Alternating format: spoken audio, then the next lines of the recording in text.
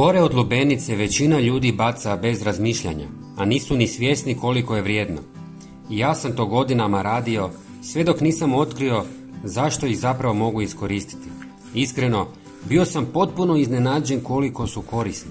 Od tog trenutka više ni jedna kora nije završila u smeću. U nastavku ću vam pokazati nešto što gotovo nitko ne radi, a svi bi trebali. Biće vam žao što ste ih godinama bacali. Narežite kore od lubenice na manje komade, dovoljno sitne da ih blender može bez problema usitniti. Ubacite ih u blender i dodajte malo vode. Taman toliko da se sve lakše samelje.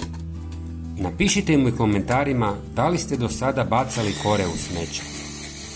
Nakon nekoliko trenutaka dobit ćete gustu, zelenkastu tekućinu koja na prvi pogled ne izgleda ništa posebno.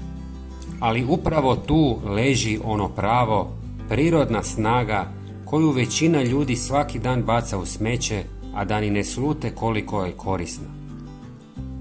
Procijedite dobivenu smjesu kroz gazu ili gusto cjedilo kako biste uklonili krupne dijelove i ostavili samo tekućinu. Ja u ovoj fazi volim dodati i jednu žličicu šećera ili meda koji ubrzava fermentaciju i pojačava učinak. Ako imate, možete dodati i malo pepela od drveta. Tekućinu sada ostavite da odstoji par dana na tamnom mjestu sobne temperature. U tom vremenu dolazi do prirodne fermentacije, a upravo tada se aktiviraju hranjive tvari koje ovu smjesu čine posebno učinkovitom.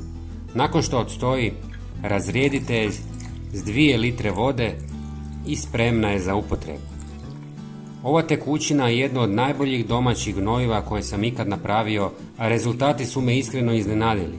Paprike, rajčice, krasaci, sve izgleda zdravije, raste brže i otpornije na bolesti i sušu.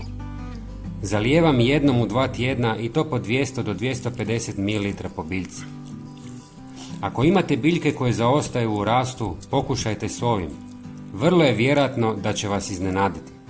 Ako niste, sad je pravo vrijeme da probate. Podržite nas lajkom i pretplatom jer uskoro donosim još ovakvih trikova koji ništa ne koštaju, a mijenjaju sve. Hvala vam puno i pozdrav!